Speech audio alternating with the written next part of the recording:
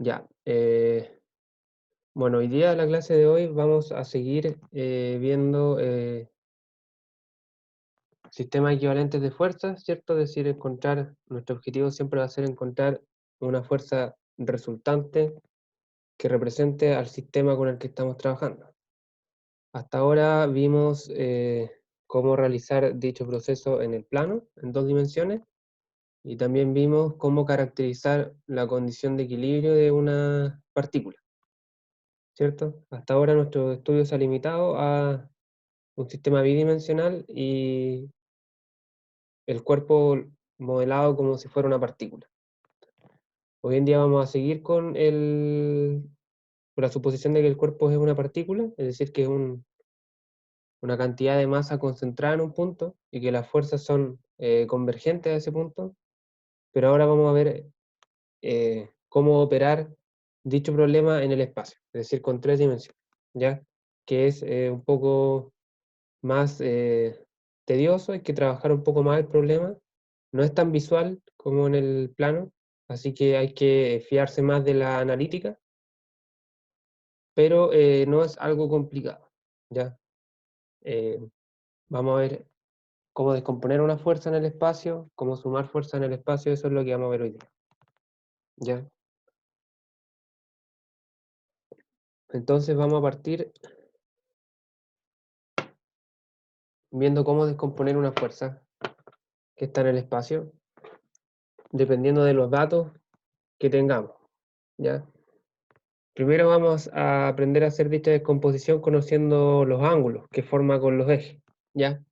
Entonces vamos a considerar una fuerza F que actúa en el origen, ¿cierto?, del sistema. Tenemos un sistema coordenado X y Z.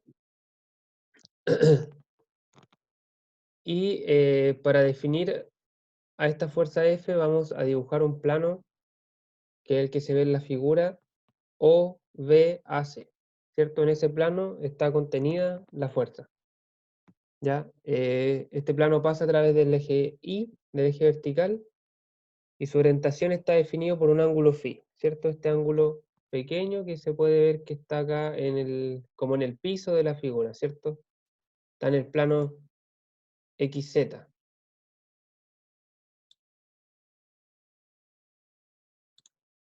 ¿Sí? Este angulito que está acá define la inclinación de este plano vertical.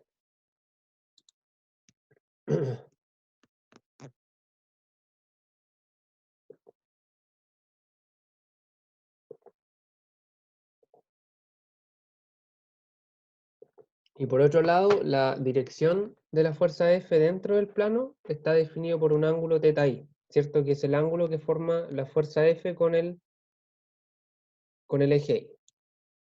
Entonces tenemos un plano que contiene la fuerza. Si ese plano está caracterizado por un ángulo que se mide a partir del plano XY, ¿cierto? Que es el plano como de la pared que hay atrás. Y después dentro del plano, la dirección de la fuerza dentro del plano está dada por el ángulo θ sub I, ¿ya? Entonces podemos descomponer esta fuerza θ sub I dentro del plano OCAB por medio del ángulo θ sub I. Podemos obtener una componente vertical, ¿cierto? Que va a ser F coseno de θi. Esa fuerza va dirigida a lo largo del eje Y y es vertical o perpendicular al plano XZ, y tenemos otra componente horizontal que se encuentra en el plano XZ. Y esa componente horizontal va a ser igual a F seno de θi. ¿Ya? Entonces una descomposición normal, solamente que ahora realizamos esa descomposición en un plano específico que tiene cierta inclinación en el espacio.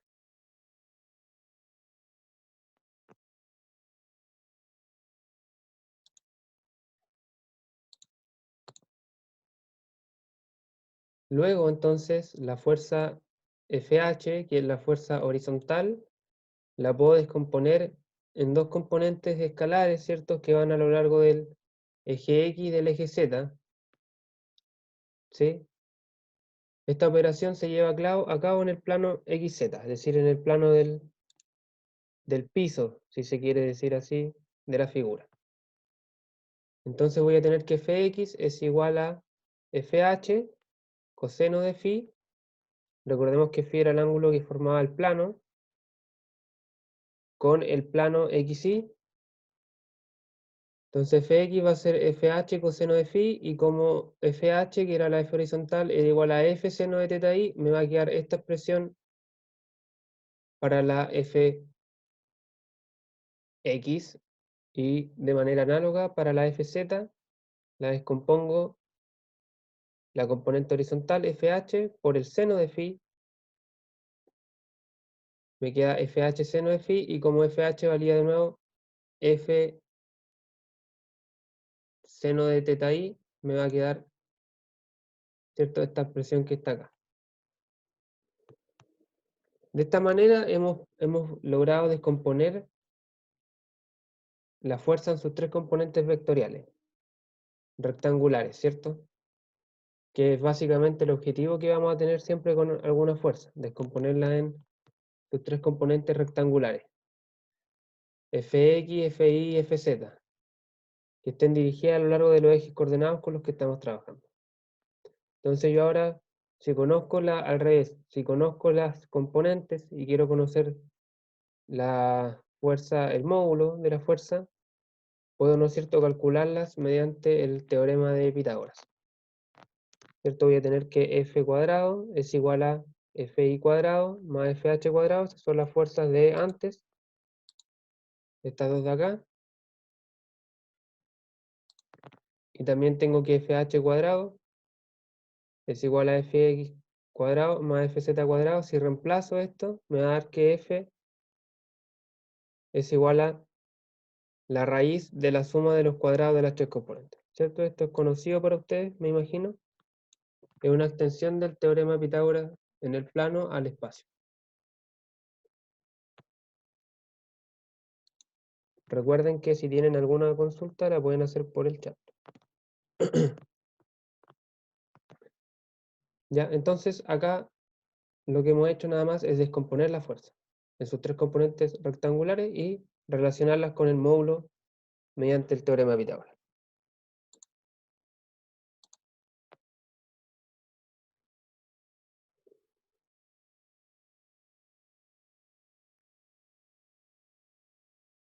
Ya, bueno, después la relación que tiene la fuerza F con sus componentes rectangulares se visualiza más fácilmente si yo dibujo un cubo, ¿cierto? Que tenga como aristas las componentes fx, fi y fz. Si yo completo ese cubo, voy a tener que la fuerza F, ¿cierto?, es la diagonal que va desde un extremo a otro.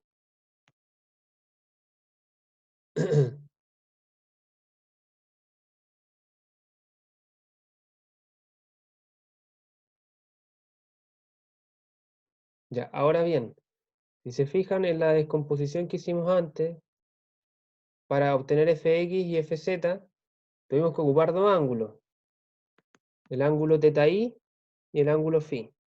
La idea es poder caracterizar esas componentes a través de un solo ángulo, ya no de dos.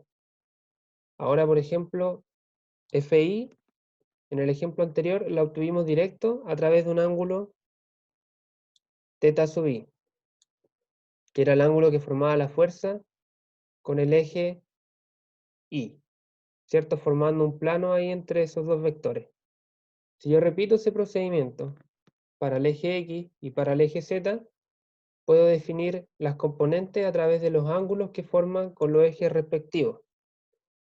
Ya, por ejemplo, acá, en la primera imagen, tenemos la fuerza F, defino el ángulo que forma F con Fx, perdón, con el eje X, y formo un plano ahí, ¿cierto?, que forma los vectores f con fx, y puedo definir f de manera directa a través del coseno de ese ángulo,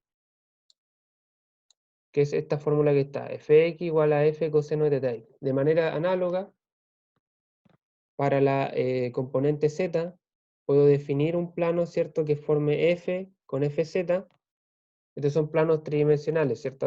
A veces cuesta visualizarlo, se ve como que está en el plano, pero por ejemplo el plano que forma f con fx, ¿cierto? Es como en diagonal, como que viene hacia ustedes y hacia abajo también. Entonces, este ángulo que forma θx está dentro de ese plano. Ya lo mismo con θ sub z. Está dentro del plano que forma f con fz y me permite descomponer directamente f ocupando el coseno de ese ángulo. Ya no tengo la necesidad de ocupar los dos ángulos que ocupé antes.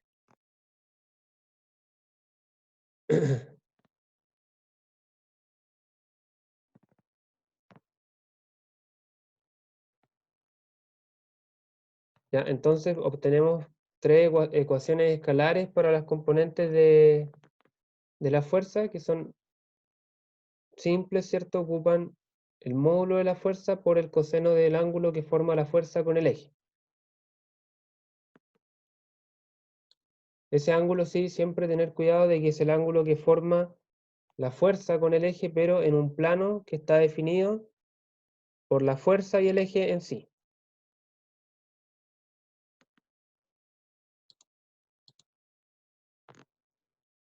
Ya, esos tres angulitos que ocupamos antes, θx, θy, θz, son los ángulos que definen la dirección de f. Y los cosenos de esos ángulos se denominan cosenos directores de la fuerza. Así como cuando trabajábamos en el plano, yo les decía que para entregar un resultado de una fuerza yo tengo que especificar su módulo y especificar el ángulo respecto a un eje determinado, ¿sí? De esa manera yo identifico completamente la fuerza, ¿sí? Con su dirección y su magnitud. Cuando trabajo en el espacio es lo mismo. Tengo que entregar tanto la magnitud de la fuerza como la dirección para poder representar de manera inequívoca a la fuerza que yo estoy calculando. Y en este caso, para poder expresar la dirección, tengo que entregar estos tres angulitos. Ya no es uno como en el plano, porque en el plano calculábamos uno, que era el respecto al eje X generalmente, y el respecto al eje Y se obtiene calculando el complemento. Bueno, acá eso no es tan directo, así que se tienen que entregar los tres ángulos, los tres cosenos, los tres ángulos directores para especificar la dirección de una fuerza y su módulo. De esa manera yo eh, caracterizo de manera total una fuerza, ¿ya? Entonces ahora lo que vamos a hacer es introducir los vectores unitarios, igual como hicimos en el plano. Vamos a tener itongo, jotatongo, pero le vamos a añadir catongo, que es el vector unitario que va a lo largo del eje Z. ¿Cierto? Entonces yo puedo expresar de manera vectorial la fuerza F como Fx en itongo más Fi en jotatongo más Fz en catongo.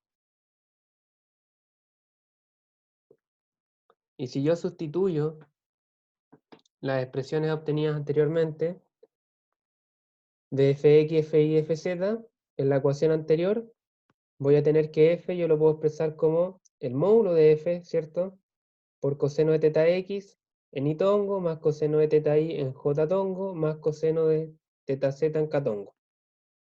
En el fondo lo que hice acá fue factorizar por f, porque recordemos que cada componente era f por el coseno del ángulo. Entonces acá puedo factorizar f y escribir como factor de la suma de los cosenos, cada uno por el vector unitario que corresponde.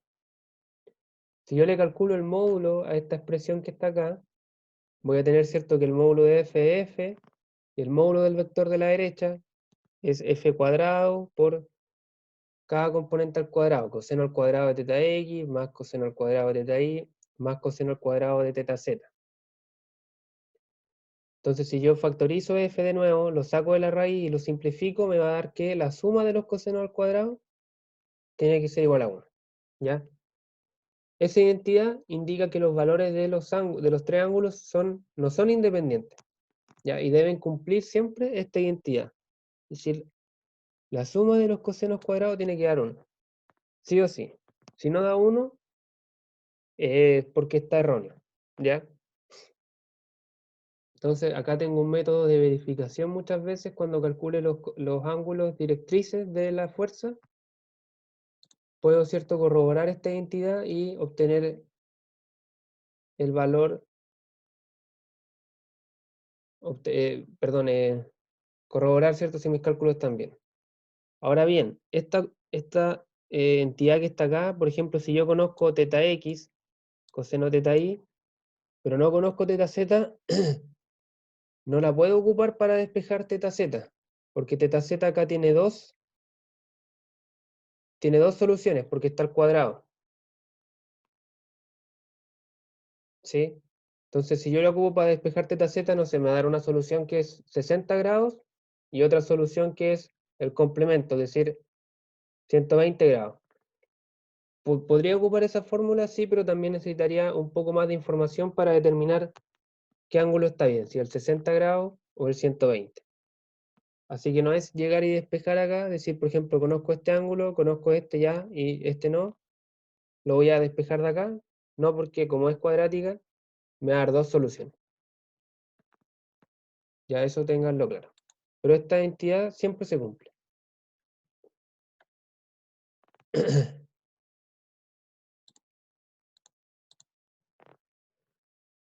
Ya ahora lo que vamos a hacer es definir un vector lambda, ¿cierto? Que va a ser igual a coseno de teta x en y tongo, más coseno de teta y en j tongo, más coseno de teta z en k tongo, que en el fondo, ¿cierto? Es este vector que está acá.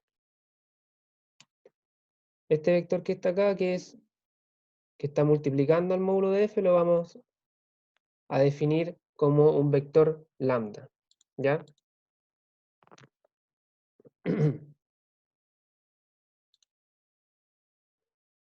Entonces podemos verificar, ¿cierto?, fácilmente que este vector tiene magnitud igual a 1, ¿verdad? Acá en la diapo anterior lo hicimos. O sea, si la suma de los cuadrados me da 1, ¿cierto? Si yo a esto le saco raíz, voy a tener el módulo y voy a tener que sigue siendo igual a 1.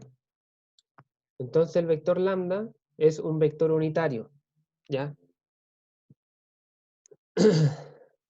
Es un vector unitario, es decir, que tiene magnitud igual a 1, y la gracia que tiene es que tiene la misma dirección que tiene la fuerza F, ¿ya? Entonces es un vector que caracteriza la dirección de la línea de acción de la fuerza. De hecho, el vector lambda se conoce como vector unitario a lo largo de la línea de acción de F. Ya ahí podemos observar, ¿cierto?, que las componentes de este vector unitario son iguales a los cosenos directores. Es decir, la componente x del vector lambda es igual a coseno de teta x, la componente y del vector lambda es igual al coseno director del ángulo con el eje y. Lo mismo ocurre con el ángulo con la componente z, ¿ya? Y también podemos expresar, ¿cierto?, que la fuerza F es la multiplicación, ¿no es verdad?, de el módulo de la fuerza por el vector unitario, ¿cierto? Eso lo obtenemos de la ecuación de la diapo anterior, esta de acá. Tenemos igual que F vectorial es igual a módulo de F por el vector unitario, el vector lambda. En el fondo, esta ecuación lo que me está diciendo es que la fuerza es igual a su módulo por su dirección, porque el vector unitario lo que hace es especificar la dirección, y el módulo, lógicamente, que lo que hace es especificar el módulo. Entonces, si se fijan acá en la figura, tenemos el vector fuerza F, que es igual a F por lambda, y tenemos el vector chiquitito, que es lambda, el vector unitario, que es un vector de módulo 1, que va en la dirección de F, y que sus componentes son iguales a los cosenos directores.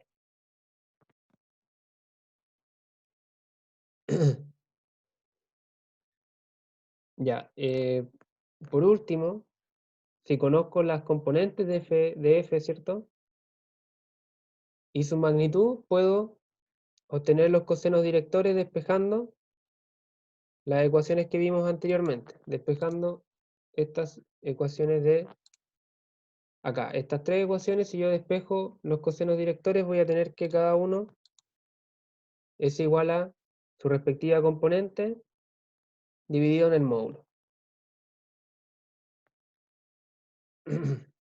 Y de esa manera puedo encontrar los ángulos directrices de la fuerza que caracterizan la dirección de F.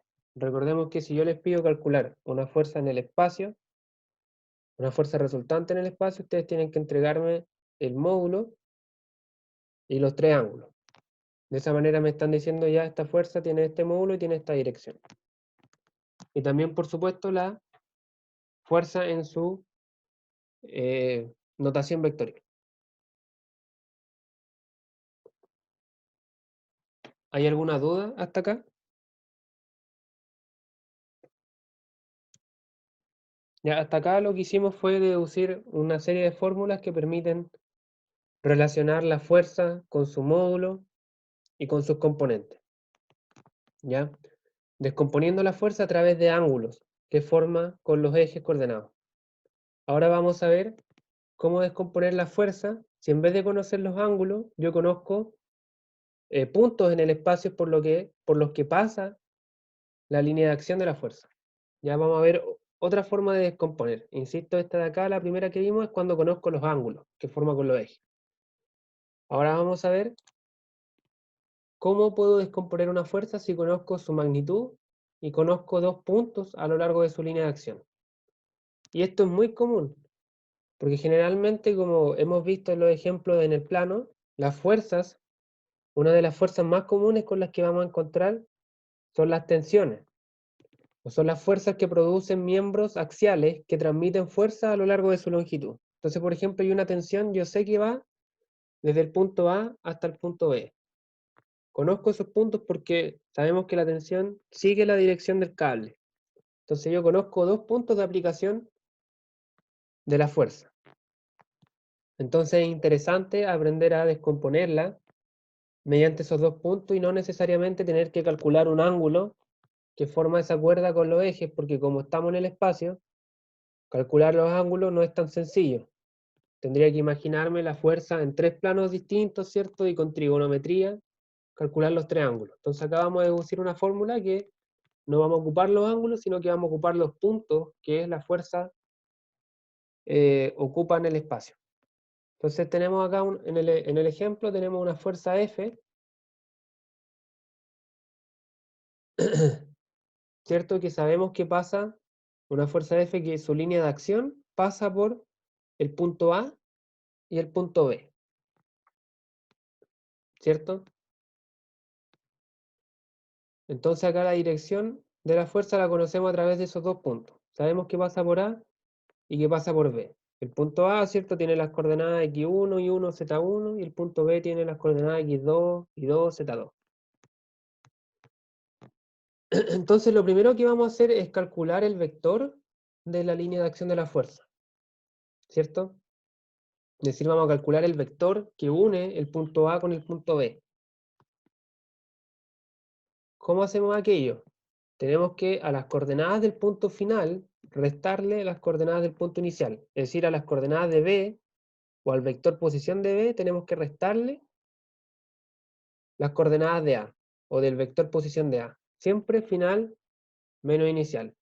¿Cierto? Esta notación que yo ocupo acá,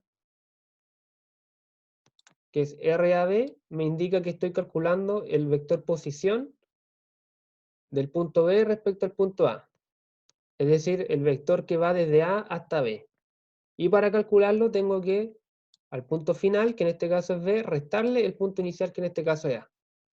Entonces voy a tener x2, ¿cierto? Si cada punto yo lo expreso vectorialmente, voy a tener x2 en itongo, más y2 en j-tongo, más z2 en k-tongo, menos lo mismo, pero x1 y 1 z1. Si yo agrupo las i con la i, las j con las j y las k con las k, voy a tener x2 menos x1 en itongo, y 2 menos i1 en j-tongo, z2 menos z1 en k-tongo. Entonces voy a definir que esta recta de acá, esta de acá y esta de acá van a ser igual a dx, dy y d sub z, ¿cierto? Dx, esta va a ser dy y esta va a ser dz.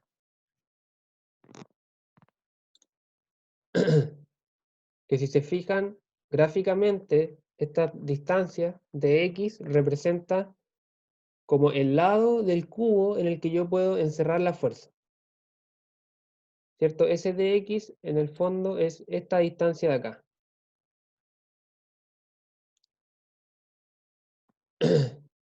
De z va a ser esta distancia que está acá y de y es esta distancia que está acá. Y yo puedo expresar entonces que el vector que va desde A hasta B es igual a de x en y tongo, de y en j tongo y de z en k tongo. Que es en el fondo lo que estoy diciendo, si yo quiero ir desde A hasta B, si yo quiero ir desde A hasta B, parto en A, ¿cierto? Me está diciendo esta fórmula, tienes que recorrer de X unidades en Itongo, es decir, tengo que recorrer de X unidades en Itongo, llego a ese punto, luego tienes que recorrer de Y unidades en J tongo, llego a ese punto, y luego tienes que recorrer de Z unidades en K tongo. Y así llego al punto final, que es B. ¿Ya? Entonces ahora tenemos el vector que va desde A hasta B. Ahora lo que vamos a hacer es calcular el vector unitario en esa dirección. ¿Cómo se calcula un vector unitario? El vector unitario, por regla general, se calcula dividiendo el vector por su módulo. ¿Ya? Y eso es lo que vamos a hacer acá. Vamos a definir el vector lambda, que va a ser el vector unitario tanto a lo largo de la fuerza como a lo largo del vector RAB, ¿cierto? Porque recordemos que el vector RAB es el vector de la dirección de la fuerza, por lo tanto coinciden. Entonces vamos a calcular este vector unitario dividiendo el vector que ya calculamos por su módulo. Entonces tenemos el vector, ¿cierto?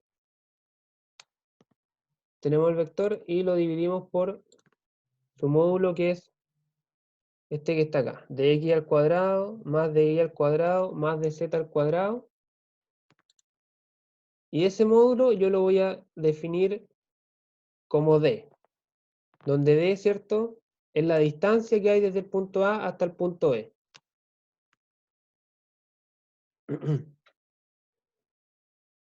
Y así obtengo el vector unitario de la dirección que yo quiero, ¿sí? Es igual al vector que calculé dividido en su módulo, solamente que acá el módulo yo lo definí como la distancia que hay entre el punto A y el punto E.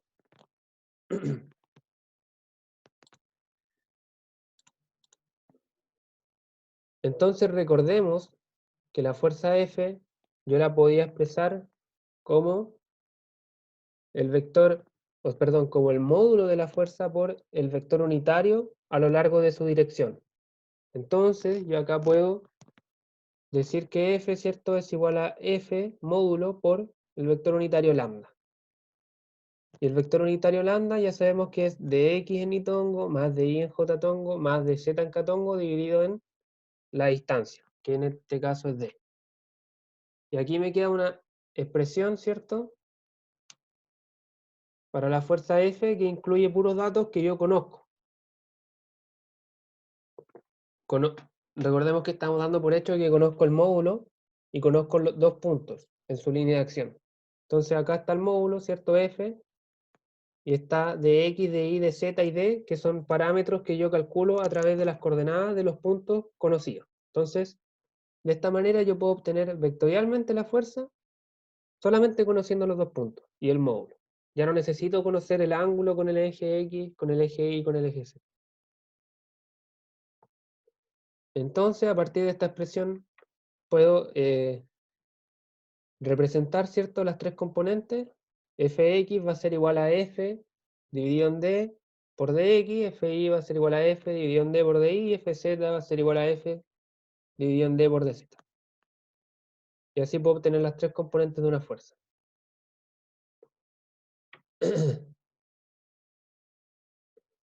Y también a partir de estas ecuaciones, yo puedo encontrar los ángulos, θx, θy, θz, que f forma con los ejes coordenados de manera directa, ¿cierto? Si yo comparo esta ecuación con la descomposición angular que hicimos antes, o sea, por ejemplo, fx, ¿cierto?, era f coseno de θx. Si se acuerdan, fx era igual a f por coseno del ángulo, ¿cierto? Entonces, si yo reemplazo ese fx acá, se me va la f y me queda coseno de θx igual a dx sobre d. De manera análoga, fi me va a quedar coseno de θi igual a di sobre d, y lo mismo para z. Entonces también puedo obtener los cosenos y los ángulos. Recordemos que es importante obtener los ángulos, son parte de la respuesta que uno espera cuando calcula una fuerza a través de las coordenadas de los puntos por los que pasa la línea de acción.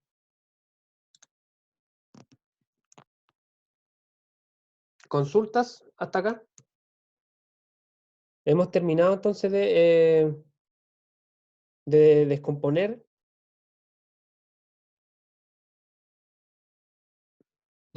una fuerza tanto a través de los ángulos como a través de los puntos por los que pasa su línea de acción.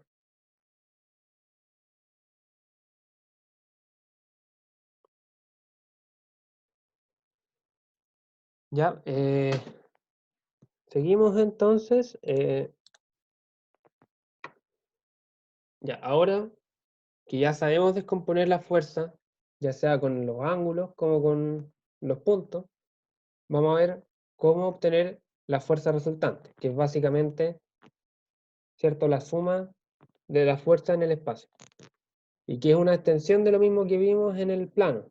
Es decir, en el plano nosotros lo que hacíamos era descomponer la fuerza, ¿cierto?, sumar las componentes y luego calcular el módulo y la dirección de la fuerza resultante. Acá es exactamente lo mismo.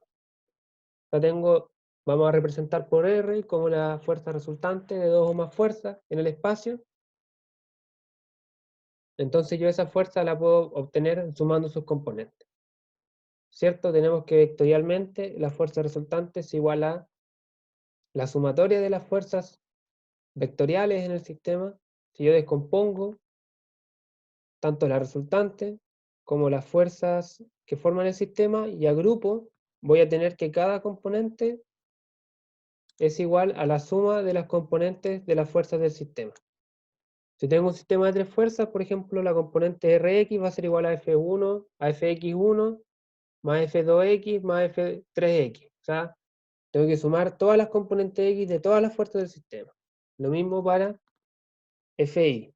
Tengo que sumar las tres componentes Y de las tres fuerzas, y así obtengo la componente Y de la resultante. Idem para la componente Z. Y una vez que tengo las componentes, ¿cierto?, puedo calcular sin mayor problema el módulo de la fuerza y su dirección, que son estos tres angulitos de acá. ¿Ya? Eso no debería ser mayor problema.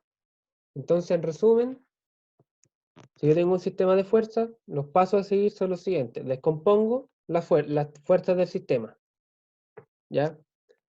Las descompongo por alguno de los dos métodos que vimos, o mediante los ángulos o mediante los puntos. Luego sumo las componentes, la X con la X, la Y con la Y, la Z con la Z. Expreso la fuerza resultante en su notación vectorial, calculo su módulo y calculo sus ángulos directrices. Vamos a ver un ejemplo.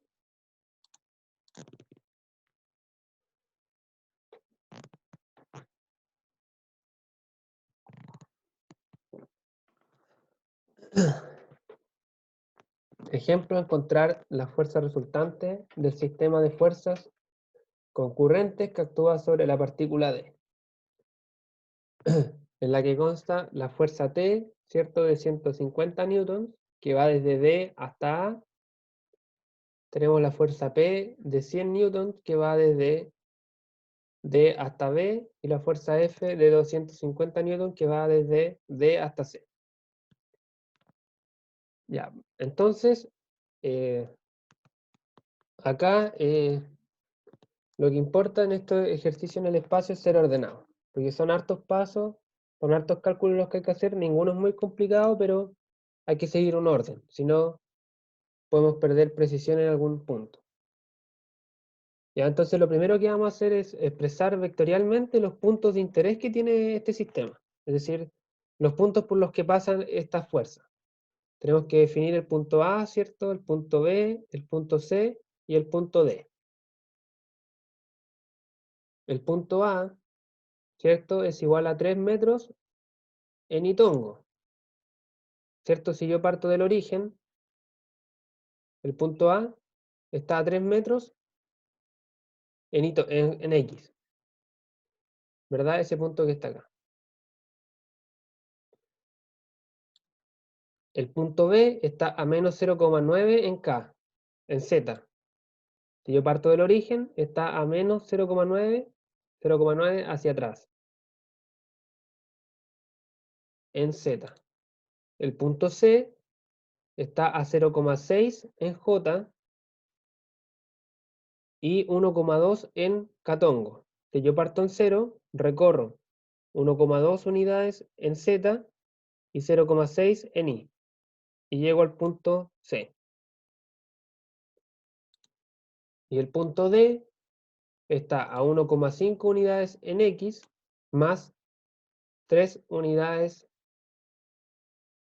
en D, perdón, en I, ¿cierto? De esa manera defino los puntos que hay acá, que hay en el ejemplo. Luego calculamos los vectores que van a lo largo de la línea de acción de la fuerza, teniendo cuidado que tengan el mismo sentido. Por ejemplo, si yo quiero calcular el vector de la fuerza T, que va desde D hasta A, tengo que a las coordenadas del punto A restarle las coordenadas del punto D. ¿Sí? De esa manera obtengo un vector que va en esta dirección. Pero hay que tener cuidado en el orden. Si yo a las coordenadas de D le resto las coordenadas de A, voy a tener este vector, que es opuesto al vector de la fuerza. Entonces siempre son las coordenadas del punto final menos las del inicial, en el sentido de la fuerza. Si no, voy a tener un vector opuesto. Entonces tengo a las coordenadas de A, le resto las coordenadas de D. ¿Cierto? La coordenada de A era 3 metros nitongo, menos las coordenadas de D, que era 1,5 nitongo, más 3 en J. Me da 1,5 ni menos 3 en J. Esto que está acá, yo lo puedo comprobar gráficamente. Sí, los vectores unitarios, o sea, perdón, los vectores posición se identificaron por el dibujo, sí, por el dibujo. Por las cotas que me da el dibujo, ¿sí? Entonces, acá me da que el vector que va desde D hasta A es 1,5 ni menos 3 en J. Yo eso lo puedo comprobar porque digo, estoy calculando el vector que va desde A hasta A, entonces si yo parto en el punto D y quiero llegar al punto A, tengo que bajar 3 unidades, menos 3 en J, y luego ir 1,5 unidades hacia la derecha, a lo largo del eje X. Entonces 3 en J, perdón, menos 3 en J porque estoy bajando, menos 3 en J más 1,5 ni. De esa manera puedo corroborar, ¿cierto? Gráficamente, visualmente, que esto está bien. 1,5 ni menos 3 en J. De manera análoga, para el punto DB, punto final menos punto inicial, menos 0,9 en Catongo, menos 1,5 ni más 3 en J me da menos 1,5 en Itongo, menos 3 en J, menos 0,9 en K. ¿Podemos comprobarlo gráficamente? Por supuesto. Yo estoy calculando el vector que va desde D hasta B. Si parto en D, tengo que bajar 3 unidades en I, menos 3 en J, tengo que ir 1,5 unidades hacia la izquierda, menos 1,5 en Itongo, y luego tengo que ir 0,9 unidades hacia atrás, menos 0,9 unidades en Z, en Catongo. De esa manera compruebo que este vector que obtuve acá está bien. Y el último,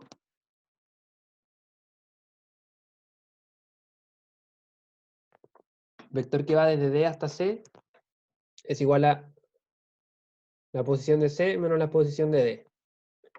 Y me da menos 1,5 ni menos 2,4 en J más 1,2 en K. Eso igual lo pueden comprobar gráficamente. Ya, entonces tenemos dos pasos. Primero, identifico los puntos importantes en el dibujo y luego calculo los vectores, las direcciones de las fuerzas, ¿cierto? Que en este caso son 3. Tercer paso, calculo las magnitudes de estos vectores, ¿sí? Por ejemplo, para el vector RDA, le calculo el módulo, 1,5 metros al cuadrado, menos 0,3 metros al cuadrado, bajo raíz me da 3,35. Esa distancia, o este módulo, lo que identifica es la distancia que hay desde D hasta A. Es decir, esta distancia lo que mide es 3,34, creo que digo. A ver, 3,35.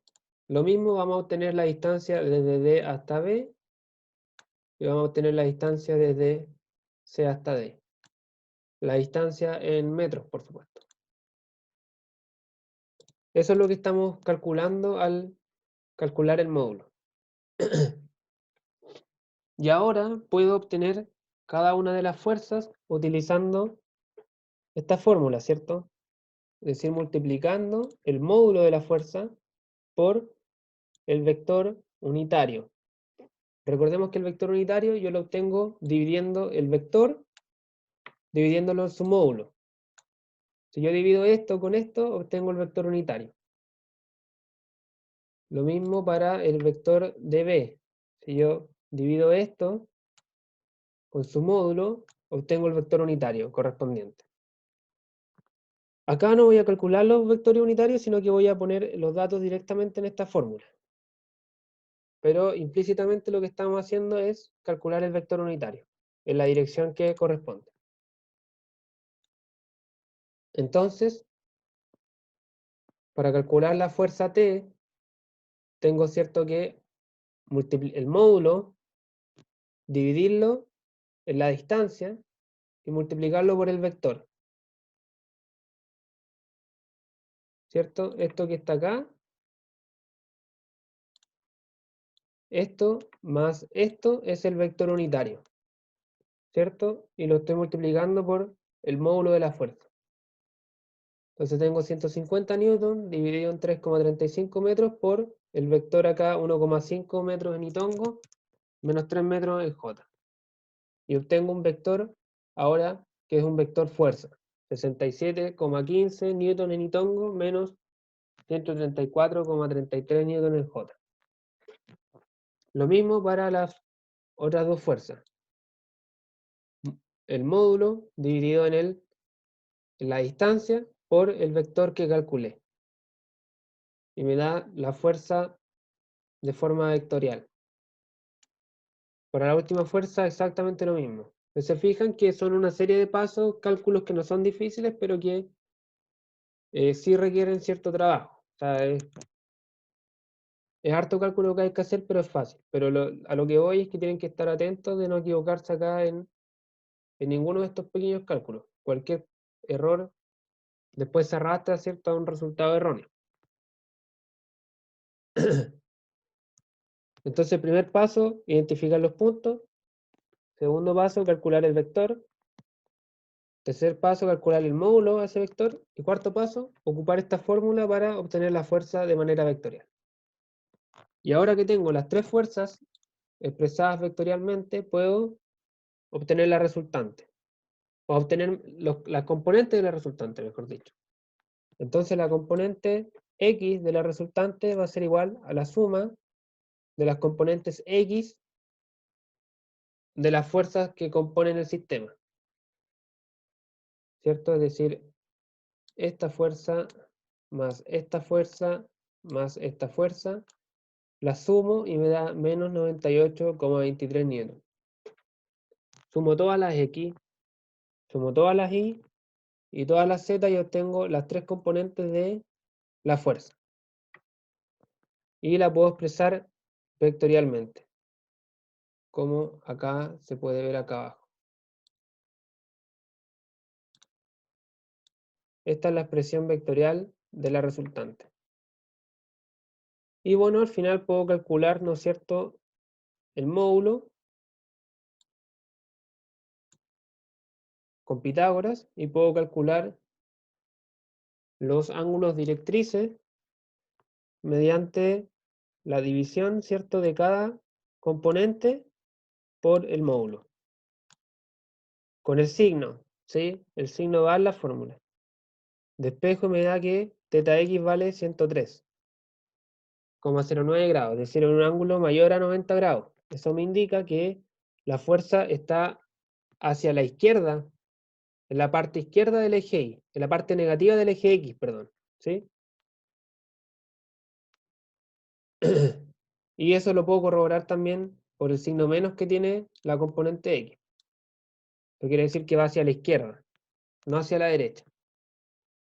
Lo mismo acá con el ángulo θi me da 163,70, igual es un ángulo mayor a 90. Eso quiere decir que va en la parte negativa del eje Y, es decir, va hacia abajo, no hacia arriba.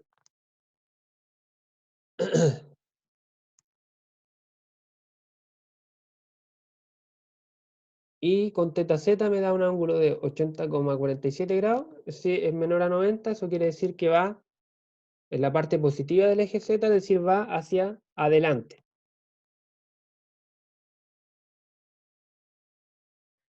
Es decir, tengo una fuerza que va hacia la izquierda, que va hacia abajo y va hacia adelante. Si la intentara graficar, cosa que no es muy fácil, tendría, ¿cierto? Desde el punto D, desde el punto D, tengo una fuerza que va hacia la izquierda, va hacia abajo y va hacia adelante. O sea, algo así.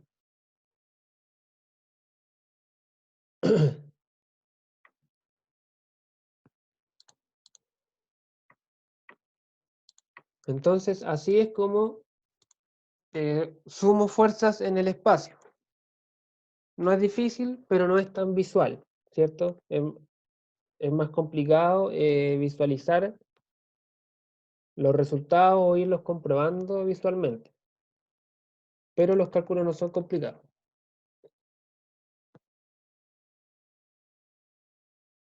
¿Dudas, consultas?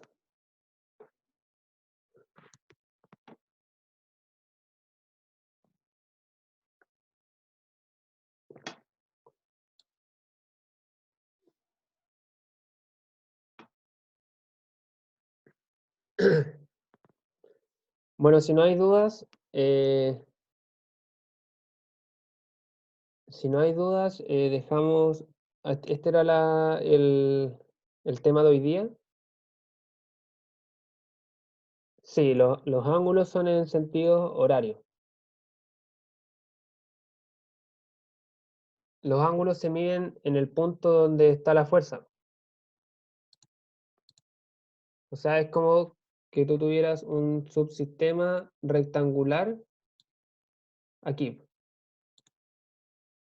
¿cierto? Acá tiene el eje Y, no tengo mucho espacio para dibujar, eje Y, el eje X y el eje Z. Entonces la fuerza, ¿cierto? Nosotros habíamos dicho que daba algo así.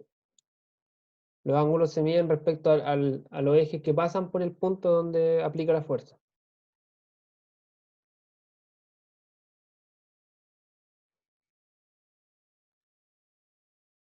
Ya, el compañero que tiene una duda sobre una clase pasada.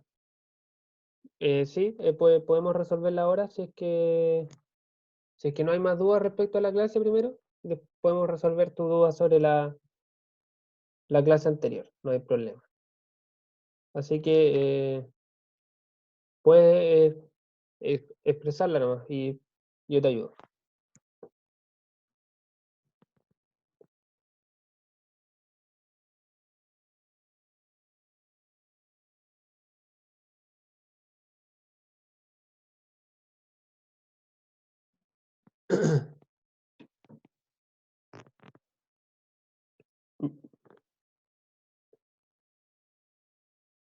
No, mira, lo que pasa es que la libra en verdad es una unidad de fuerza. Es una unidad de fuerza. Entonces yo no tengo que pasarla a SLU, para nada. Solamente tengo que operar ocupando libras, ¿sí? O sea, por ejemplo, si este ejercicio hubiera dicho que la fuerza T valía 100 libras en vez de 100 newton, lo único que cambia es que los resultados me hubieran dado en libras. No hay que hacer ninguna transformación. Esto me hubiera dado en libras, ¿cierto? La fuerza resultante me hubiera dado en libras. Lo que yo decía que había que transformar a slug es cuando la libra se ocupa para identificar masa, que eso está mal, es erróneo. O sea, no, si tú ocupas la libra, porque los ingleses lo hacen, uno ocupa la libra tanto para identificar masa como para identificar fuerza. Si lo ocupan para identificar masa, ahí sí hay que transformarla a slug, que es la unidad de masa. Y luego, multiplicándola por la fuerza de gravedad, ¿cierto? La aceleración de gravedad, obtengo los pesos en libra, que es fuerza. Pero si las fuerzas te las dan en libra, no tienes que hacer ninguna transformación.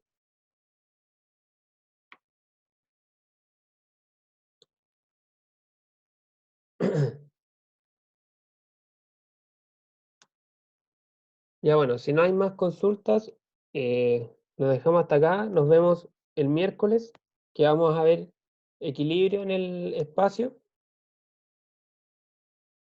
Y eso, esta semana no va a haber actividad porque es feriado el jueves y el viernes. Así que tenemos la clase el miércoles nomás y eso. Que tengan buena semana corta y nos vemos el miércoles.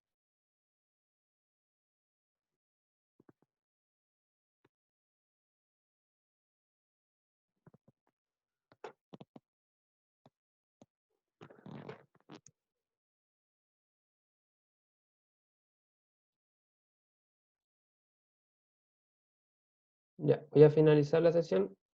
Chao.